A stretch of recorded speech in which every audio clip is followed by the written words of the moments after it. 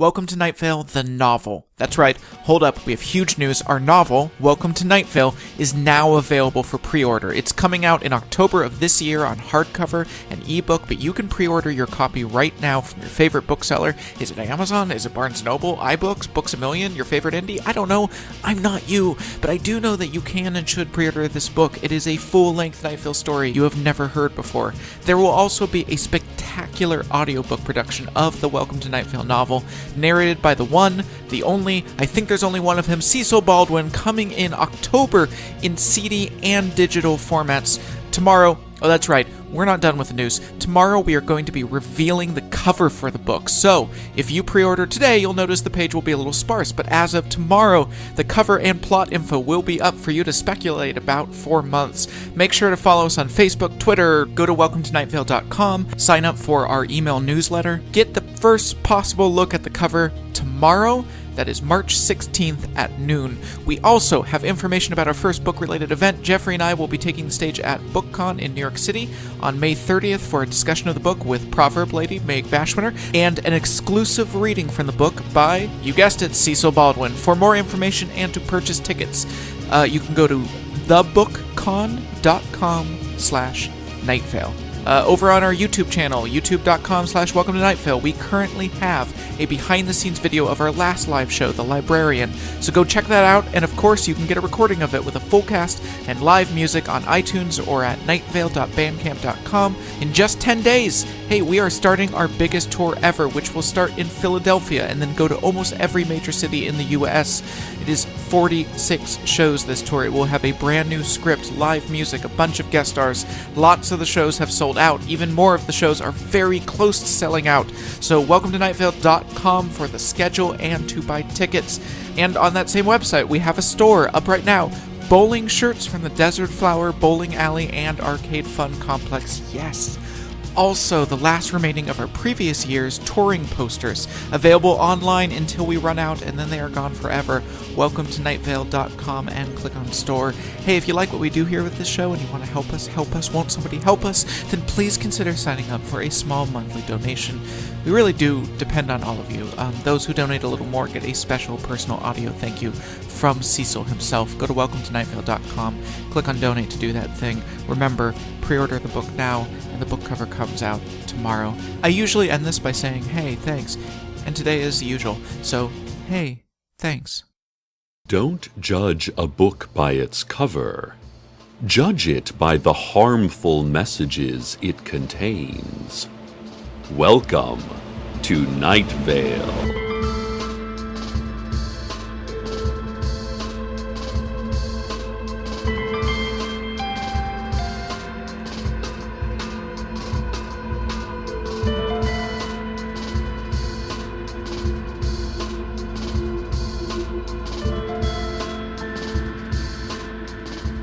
The enormous glowing cloud that serves as president of the Найт-Вейл School Board announced a 5-year strategic plan for the school district.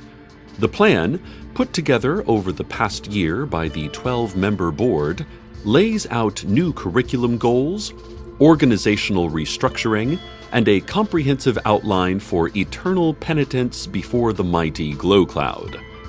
Everyone present at the press conference fell to their knees and praised the glow cloud, their eyes solid white, gray smoky wisps swirling from their chanting mouths, hands clapping loudly in unison as miniature glowing colorful clouds swept about them. "Children are our future," the glow cloud said. "We must give praise, give our lives, give our all to the child of the glowing cloud, to the scion of incorporeal rule. All hail, all hail, all hail." The crowd chanted along in worship of the glow cloud's child, who is currently a freshman at Найт-Вейл High School. The young cloud is an active member of both show choir and the speechless debate team. Their education has long been an important part of the adult Glow Cloud's leadership in the education community. The Sheriff's Secret Police, in conjunction with several vague yet menacing government agencies, are calling on all citizens to be on the lookout for two fugitives. Both Hiram McDaniels and the faceless old woman who secretly lives in your home are wanted by authorities for their recent attempts to usurp mayoral control of Найт-Вейл. Hiram is described as literally a 5-headed dragon. He is 18 feet tall, and his heads are colored blue, green, gold, gray, and purple. They each have their own personality, sentience, memory, and distinct markings and features. The gray head often feels blue and wears a green nose ring. The blue head considers logic the gold standard of intellect and has purple eyes. The gold head is actually more of a sable and will talk till he's blue in the face. The purple head has grown gray with paranoid fantasies and wears a gold neck chain that has a pendant with the word violet written in green gemstones. And the green head is the real shouty one that wants to set everyone on fire all the time. The secret police are also on the hunt for the faceless old woman, whom they describe as an elderly female without a face, although no one has ever actually seen her, so we're all just guessing. But you'll know you're near her if you're at home, particularly if you're home alone and it's dark, and you think you hear breathing and creaking steps in another room. Under no circumstances should you look. Don't look. You will not at all like what you see, the secret police said. There is a reward for information leading to the arrest of either of these fugitives. That reward is a gift card to Pier 1, a lifetime of gratitude, and a couple of handwritten coupons for things like washing the dishes or a 10-minute back rub. A couple of listeners have asked how my boyfriend Carlos is doing. He's still working on lots of interesting science projects in that desert otherworld. It's been almost a year since I last saw him in person, and I miss him a lot. I'm waiting to hear back from station management about getting vacation time so I can go visit him. It's nearly impossible to get approved for vacation, and even if you do, you never know when or how you will find out. At most businesses, you just file some simple paperwork or ask your direct supervisor, and after a few days, they have someone from Human Resources hide in the back seat of your car, and when you're halfway home, they grab your face from behind, covering your eyes with one hand and mouth with the other, and shout, "Your vacation has been approved! Congratulations!" And then, in your excitement, you take them out for ice cream. But not in community radio.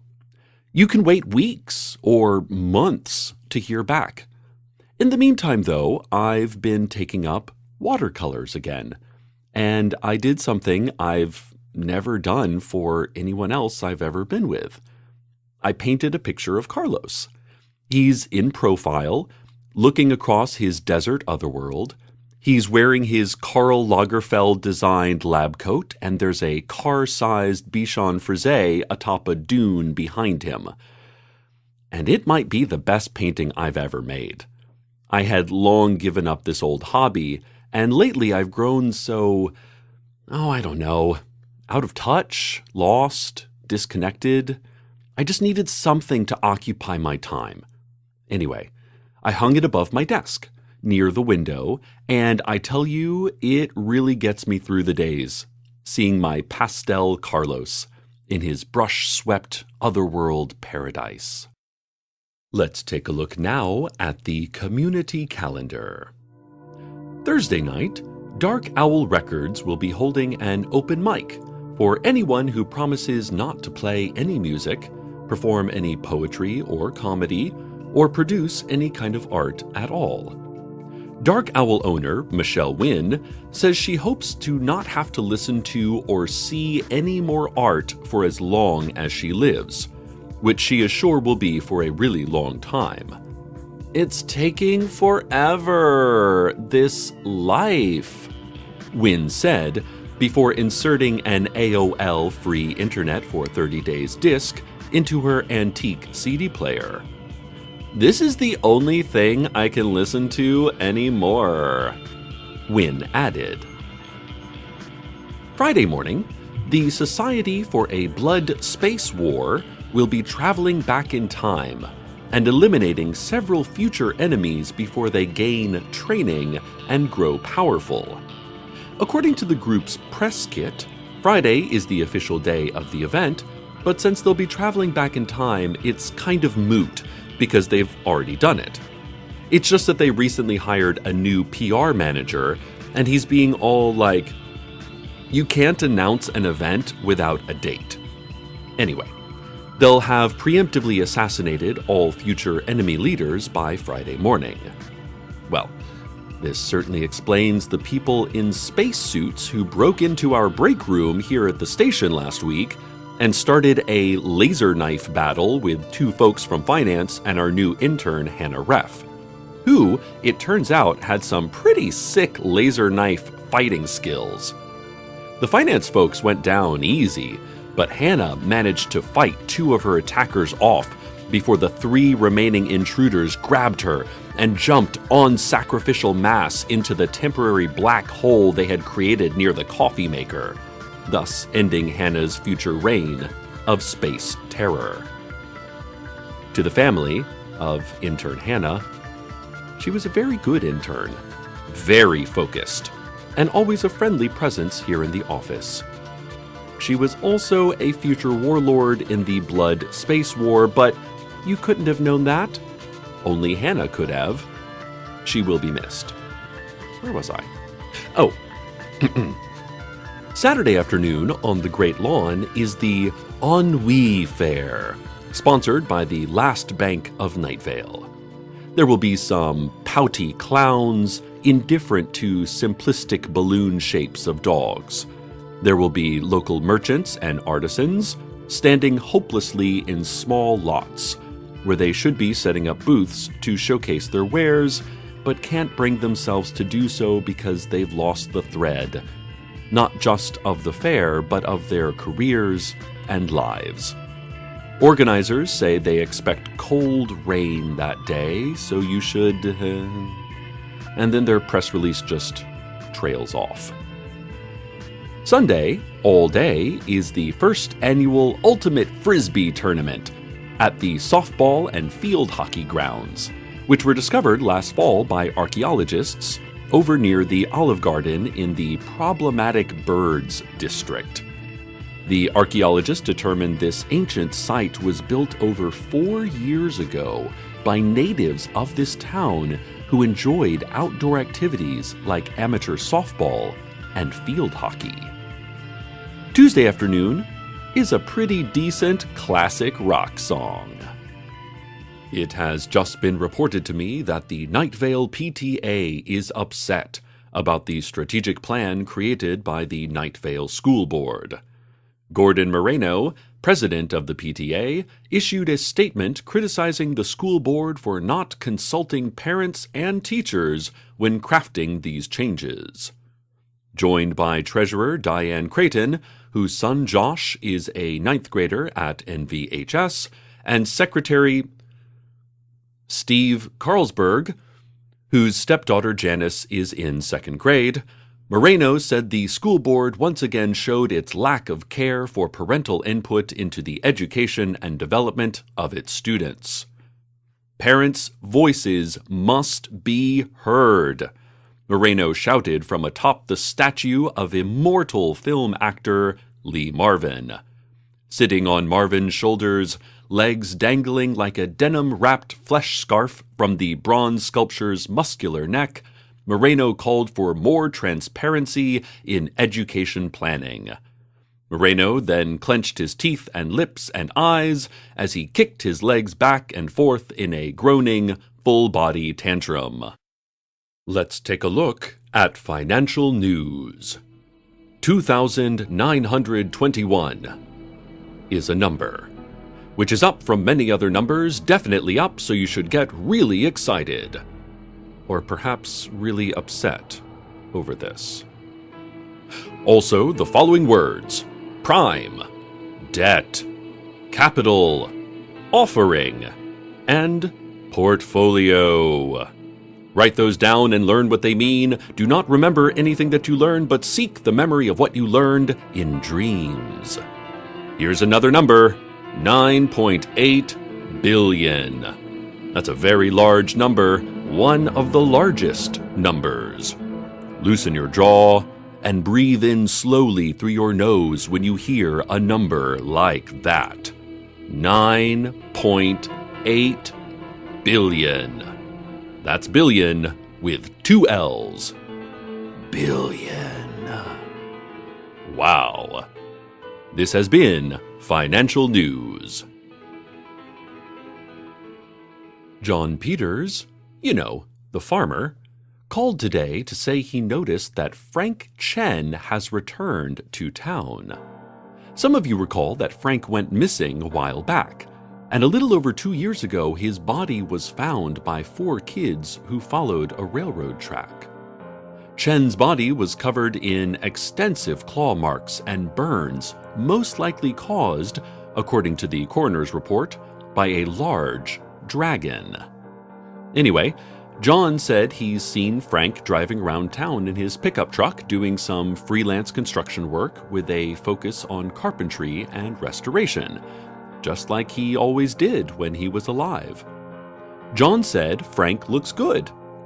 He's real tall now, and rotund, John said from atop a telephone pole where he jimmied up a phone directly into the active lines. Got a tail and a bunch of colorful heads now. Also, he got one of them crossover toolboxes and a Class 4 adjustable hitch for his truck, John said, sounding impressed. I guess death isn't the end, John added. We all have to live on in some way.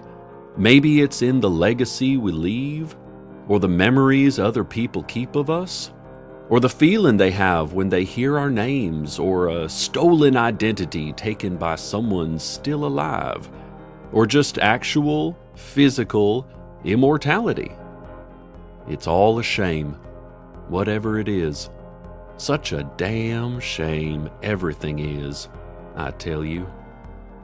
And then there was a loud buzz and a staticky pop and a dial tone. And then a different voice said, "You can hang up the phone now, Cecil." And I said, "Okay, Lacey, fine." We've just received word that the school board has rejected the PTA's request for more transparency in long-term strategic planning.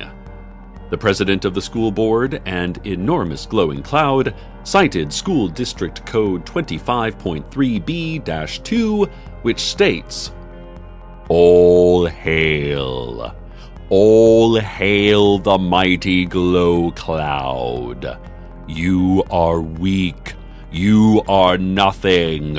You must bow down and give praise to the glow cloud. As well as Code 17.2a, which explicitly defines the powers of the school board president as omnipotent, omniscient, obstreperous, infinite. And that's exactly what it says. It even has that reverb effect when you read it. PTA President Moreno, knowing he had very little leverage in his request for power of legislative review, decided to change his strategy into a request for forgiveness from the angry, pulsing cloud. Animals began falling from the sky with heavy thumps and splats and splashes. The Great Lawn has grown dark with carcasses and shadows as PTA officers run in search of cover. I've heard from my friend, Diane Creighton, that she huddled underneath the Lee Marvin statue and that the lifelike bronze form of our nation's greatest living actor has done a tremendous job of blocking the various black bears and nurse sharks and ostriches falling so violently to earth. The glow cloud has spread wide across the sky, blotting out important things like spy satellites and helicopters, as well as unimportant things like the moon and the illusions of mountains near the horizon. From right here in the studio, I can see the darkness spreading. It looks like this is as good a time as any to take you to the weather. What was that? What the was that?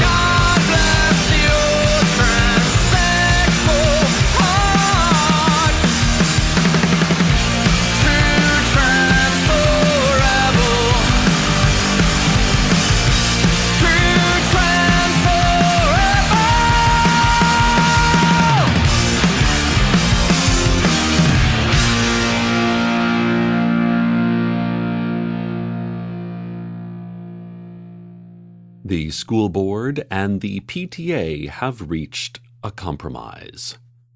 The PTA's earlier grievance that long-term curriculum and school district planning lacked transparency has been heard.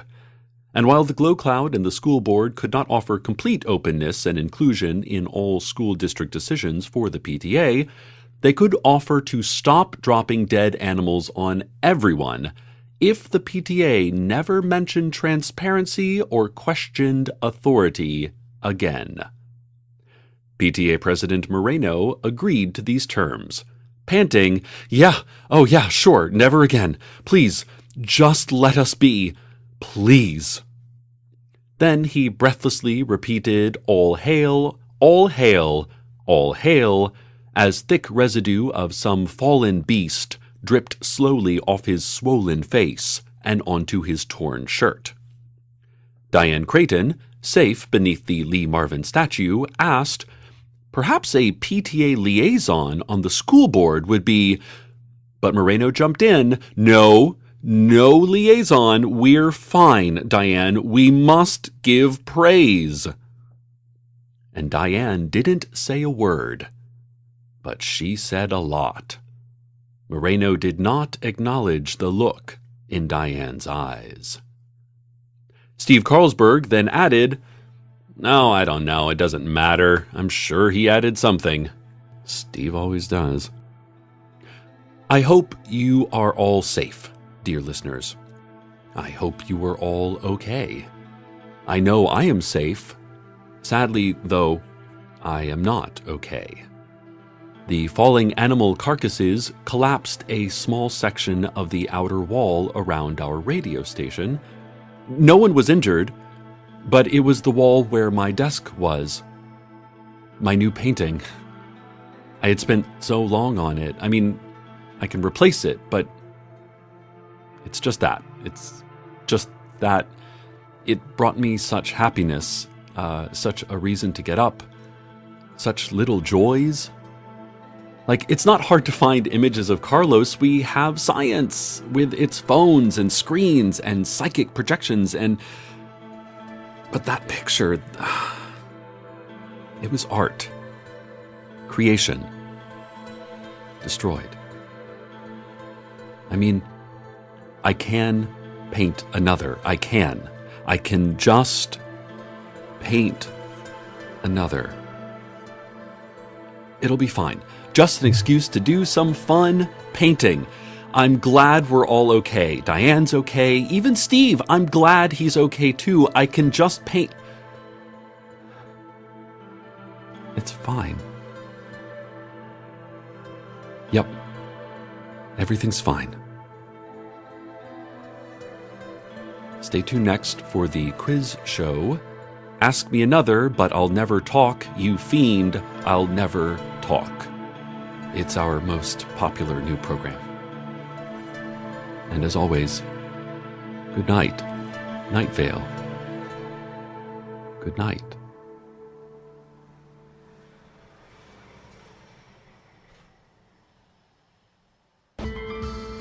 Welcome to Найт-Вейл is a production of Commonplace Books. It is written by Joseph Fink and Jeffrey Craner, and produced by Joseph Fink. The voice of Найт-Вейл is Cecil Baldwin.